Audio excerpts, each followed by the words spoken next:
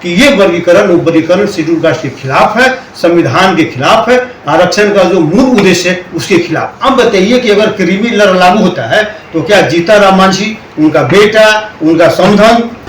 नमस्कार, आप देख रहे हैं तीसरा पक्ष न्यूज नेटवर्क। जी, मैं Harikeshwar Ram, retired superintending engineer और जाति से पासवान हूँ और अखिल भारतीय दुसाध महासभा का प्रधान महासचिव भी हूँ। और लोगों से अपील है कि कल भारत बंद में शेड्यूल कास्ट के सभी लोग, दुसाध, चमार, धोबी, मुसहर, पासी जो भी है, सभी लोगों को जमकर भारत बंद का समर्थन करना चाहिए।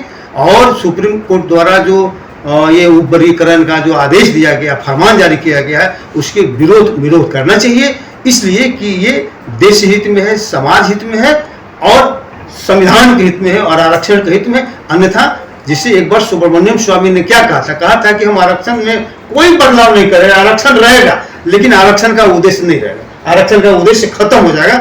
इसीलिए आप देखिएगा कि इस आरक्षण जो प्रतिनिधित्व का मामला है इसको बदल दिया गया, किसमें, ये गरीबी उन्मूलन कार्यक्रम बदल दिया गया। तो ये गरीबी उन्मूलन कार्यक्रम बदल दिया, गरीब को अमीर बनाने का ये बात मालिक होने लगा, जबकि वो प्रतिनिधित्व है। तो इसीलिए जो प्रतिनिधित्व का अधिकार है इस कानून को खत्म करने के किया गया। इसलिए टोटल लोगों को, दुसाध, चमार, धोई, पासी, मुसहर जो भी मान लीजिए कि बिहार में है, सब लोगों को एकजुट होकर इसका विरोध करना चाहिए और बहुजन समाज को भी करना चाहिए। इसलिए कि जब संविधान सुरक्षित रहेगा तो बहुजन समाज पार्टी की, बहुजन समाज के अन्य लोगों को भी अधिकार मिलेगा, अन्यथा सारा अधिकार छीन जाएगा, संविधान वाले खत्म हो जाएगा, आरक्षण तो खत्म है ही। इसलिए सबको मिलजुल कर उसका बंद का सफल आयोजन करना चाहिए और वो वर्गीकरण का विरोध करना। बिहार में बहुत पहले से दलित महादलित करके बना हुआ है और आपको मालूम होना चाहिए कि जो 5 जज बेंच का जो फैसला था जिसको इस 7 बेंच ने पलटा है, तो उसमें क्या था।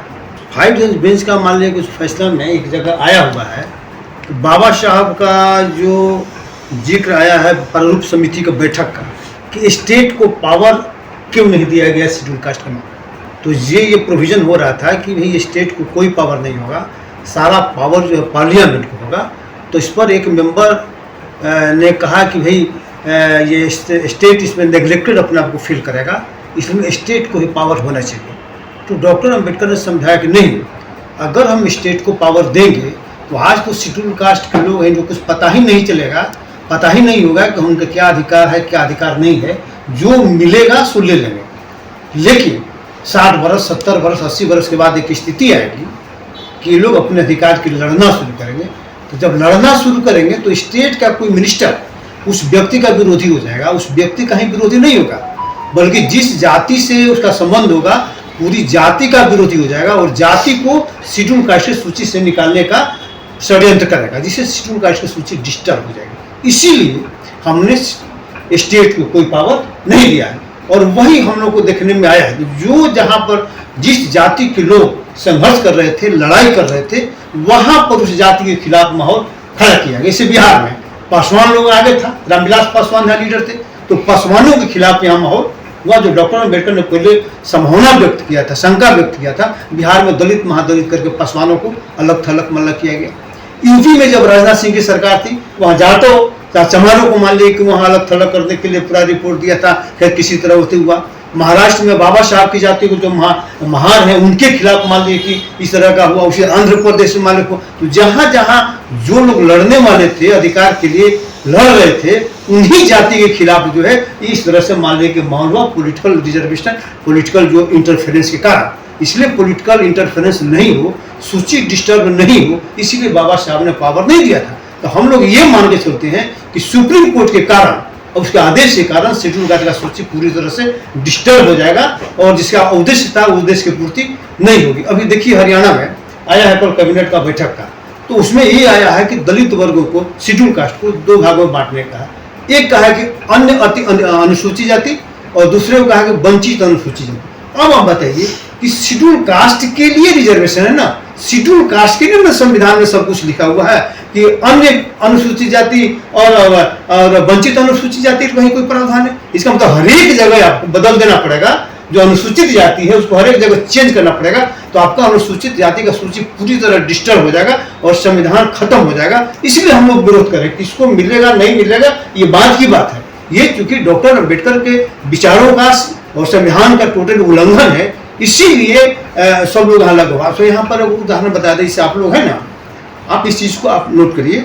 यहाँ पर आप सुनते होंगे ये जीतन मांझी ने बहुत खराब शब्द बोला है, यहाँ पर 4 जाति सबको हिस्सा लूट ले रहा है, 18 जाति का हिस्सा लूट ले रहा है। आप लोग सुनते होंगे। वास्तविक स्थिति क्या है आप देखिएगा। जो सरकार का आ गया ना सर्वेक्षण रिपोर्ट, सर्वे रिपोर्ट जो कहता है सरकार का अपना, कि जो 4 जातियों हैं, जो दुसाध, चमार, धोबी और पासी, जिनको लोग आगे कह रहा है, उनका पॉपुलेशन है 12.40। चारों को मिला के पॉपुलेशन है 12.40। और सरकार का जो रिप्रेजेंटेशन है सरकारी क्षेत्र में रोजगार का जो डाटा है, उसके हिसाब से इनको प्रतिनिधित्व है 11.80। मतलब ये चारों जाति को मिला के अपना इनका प्रतिनिधित्व नहीं पूरा है, मतलब इनका अपना भी हिस्सा नहीं मिल रहा है। और ये आरोप लगा रहा है लोग कि 18 जातियों का हिस्सा ये खा रहा है, तो उनको भी नहीं मिल रहा है, हमको भी नहीं मिल रहा है। हमारा हिस्सा भी कोई खा रहा है, उनका हिस्सा भी दूसरा कोई खा रहा है। ये बताए कि मेरा हिस्सा कोई कम खा रहा है, उनका हिस्सा कोई ज्यादा खा रहा है, लेकिन ये हिस्सा एक दूसरे को शेड्यूल कास्ट नहीं खा रहा। स्पष्ट बात है। तो इसलिए शेड्यूल कास्ट का जो वर्गीकरण हुआ है, हम लोगों ने देखा है कि दुसाध जाति को किस तरह से हम लोग इसकी लड़ाई को लड़ा है। हमने हाई कोर्ट में भी हम लोग गए थे, जो दुसाध अखिल भारतीय दुसाध महासभा के बैनर तले हम लोग लड़े भी थे। और ये अरविंद जी हैं, अखिल भारतीय दुसाध उत्थान परिषद का अध्यक्ष में बिहार का अध्यक्ष हैं।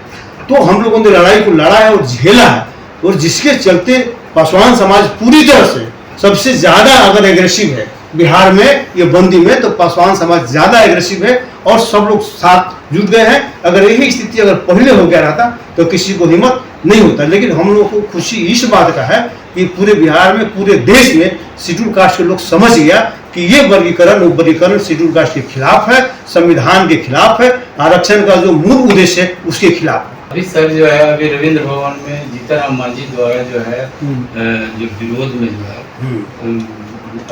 क्रीमी लेयर के समर्थन में, ठीक है, वन में शामिल हो नहीं हो व्यक्तिगत मामले उनका अपना है। लेकिन अब बताइए कि अगर क्रीमी लेयर लागू होता है तो क्या जीतन मांझी, उनका बेटा, उनका समधन, क्या ये लोग चुनाव लड़ता है? अगला चुनाव तो सबसे पहले अगर क्रीमी लेयर का सपोर्ट करते हैं तो जीतन मांझी को पहले अपना इस्तीफा दे देना चाहिए कि भाई हम क्रीमी लेयर में हैं, इसलिए पहले हम इस्तीफा दे रहे हैं और माले के हम लागू कराना चाहते हैं। ऐसा करेंगे क्या? तो इसलिए लोगों को गुमराह करने के लिए दलित महादलित में क्या हुआ आपको सबको मालूम है। दलित महादलित में जो शुरुआती बना तो 4-5 आदमी को सिर्फ मेंबर बनाएंगे, उसके अलावा समाज को क्या मिला? समाज को कुछ नहीं मिला। और जातीय जो सर्वे हो गया हर एक जात का, आप बताते हैं कि 14 जाति बिहार में जो 14 जाति है जिसका पॉपुलेशन 0.5% से कम है, तो बताइए उसको कोई पॉलिटिकल रिप्रेजेंटेशन देगा? ये लड़ाई पॉलिटिकल रिप्रेजेंटेशन की है। पॉलिटिकल जिसका कम संख्या रहेगा कोई पूछेगा नहीं। और बताते हैं बिहार में अभी 3 ही जात को कोई पूछ रहा है, कोई पॉलिटिकल पार्टी, क्योंकि 3 ही जात की संख्या ज्यादा है 15%। 19.68 जो परसेंट शेड्यूल कास्ट का है उसमें दुसाध, चमार और मुसहर ये 3 को मिला दीजिए तो 15% ये तीनों का हो जाता है। तो इसी तीनों को कोई पूछ रहा है, अब टिकट भी दे रहा है तो दुसाध को देगा कोई पार्टी, चमार को देगा कोई, मुसहर को देगा, क्योंकि दूसरा कोई संख्या ही नहीं है। अब तो और स्थिति खराब होगा, जिसका संख्या बल कम है उसकी तो पॉलिटिकल स्थिति इतना दयनीय हो गया कि कोई भी टिकट देने के लिए उसको तैयार नहीं, और ये हौला करता है। और तो मान लीजिए कि 14 जाति से 0.5% से कम पॉपुलेशन है, उनको कहते हैं 1000 में कहाँ जाएगा वो? तो जो ढाका पता था। और इसी व्यवस्था में मुसहर जाति का मेरा एक दोस्त गुना सरदार चीफ मिनिस्टर से रिटायर किया। इसी व्यवस्था में दबगर जाति का कैलू सरदार वो चीफ मिनिस्टर मान लेकर रिटायर किया। इसी व्यवस्था में ये जीतन मांझी मंत्री बने, उनका बेटा PhD करके मान लेकर, इसी व्यवस्था में सरा हुआ ना। तो इसीलिए सबसे बड़ी बात है कि स्टेट को जो अपना दायित्व था निर्वहन किया। स्टेट का दायित्व था कि SC/ST जो 46 में व्यवस्था कि समाज के कमजोर वर्गों खासकर SC/ST के शिक्षा और उनके बारे में आर्थिक विकास के बारे में उनको सोचना है और उनके हर एक बेटरमेंट के लिए उपाय करना। तो क्या सरकार व्यवस्था किया? सबका स्कॉलरशिप बंद कर दिया, शिक्षा को चौपट मान्य कर दिया, समान शिक्षा को मान लीजिए खत्म कर दिया। तो उनको शिक्षा से दूर करिएगा और उनको आर्थिक स्थिति कमजोर करिएगा और आर्थिक विषमता ज्यादा फैलाइएगा, तो नतीजा क्या होगा? उसी का नतीजा ये हो रहा है। अगर विद्रोह नहीं हो रहा है, यही मानने की बहुत स्थिति। डॉक्टर अम्बेडकर ने तो कहा कि विद्रोह हो जाएगा ऐसा स्थिति में, आर्थिक विषमता जिस तरह से बढ़ाया गया। तो इसलिए विद्रोह का स्थिति मानने की है। और ये लोग शेड्यूल कास्ट को आपस में लड़ाने के लिए, क्योंकि सबसे ज्यादा दलित और सबसे ज्यादा पिछड़ा दलित है, शेड्यूल कास्ट है, उसमें लगेगा कि हमारा हिस्सा ही खा रहा। जबकि वास्तविकता है कि इनका हिस्सा दूसरा कोई खा रहा है। जनरल कैटेगरी का आप जान लीजिए कि 15% पॉपुलेशन है, आप जाकर उठा के देख लीजिए, उनको 31% अभी भी बिहार में मान लीजिए कि वो किनका हिस्सा खा रहे हैं भाई। अति पिछड़ा का मान लीजिए कि 22% मिल रहा है और उसका पॉपुलेशन 36% है, उसका हिस्सा कौन मान लीजिए खा रहा है। तो यही स्थिति है कि खा रहा है कोई, आरोप लगाया जा रहा है किसी और पर, इसलिए इस गलत फॉर्म में नहीं रहना चाहिए। कोई किसी का हिस्सा नहीं खा रहा है। आप पढ़िएगा, आगे बढ़िएगा। समाज में सरकार को व्यवस्था करना था, सरकार ने व्यवस्था नहीं किया, और एक व्यवस्था नहीं किया, दूसरे में शेड्यूल कास्ट सूची को डिस्टर्ब करने का काम करेगा। इसलिए सूची डिस्टर्ब नहीं हो, इसीलिए हम लोगों की लड़ाई है। और चूंकि बीएसपी एक आंदोलन है, सिर्फ पार्टी ही नहीं है, पॉलिटिकल पार्टी सिर्फ चुनाव लड़ने की एक आंदोलन चुकी है, और आंदोलन में जब जरूरत पड़ा। अब देखिए आज की स्थिति में बहुजन समाज पार्टी ही लीड कर रहा, और लोग भले सेंटिमेंटल ढंग से साथ दे रहा है, लेकिन बहुजन समाज पार्टी का आप पेपर देखिए, पेपर आपको मिलेगा, एक एक चीज को समझाया गया कि कैसे किस आधार पर हम उसका विरोध कर रहे हैं। ऐसा नहीं कि हम आंख मूंद के विरोध कर रहे हैं। ठीक अपील दीजिए। जी, मैं Harikeshwar Ram, retired superintending engineer और जाति से पासवान हूँ, और अखिल भारतीय दुसाध महासभा का प्रधान महासचिव भी हूँ। और लोगों से अपील है कि कल भारत बंद में शेड्यूल कास्ट के सभी लोग, दुसाध, चमार, धोबी, मुसहर, पासी जो भी है, सभी लोगों को जमकर भारत बंद का समर्थन करना चाहिए। और सुप्रीम कोर्ट द्वारा जो ये उपवर्गीकरण का जो आदेश दिया गया, फरमान जारी किया गया है, उसके विरोध करना चाहिए, इसलिए कि ये देश हित में है, समाज हित में है, और संविधान के हित में है, और आरक्षण के हित में। अन्यथा जिसे एक बार सुब्रमण्यम स्वामी ने क्या कहा था कि हम आरक्षण में कोई बदलाव नहीं करेंगे, आरक्षण रहेगा, लेकिन आरक्षण का उद्देश्य नहीं रहेगा, आरक्षण का उद्देश्य खत्म हो जाएगा।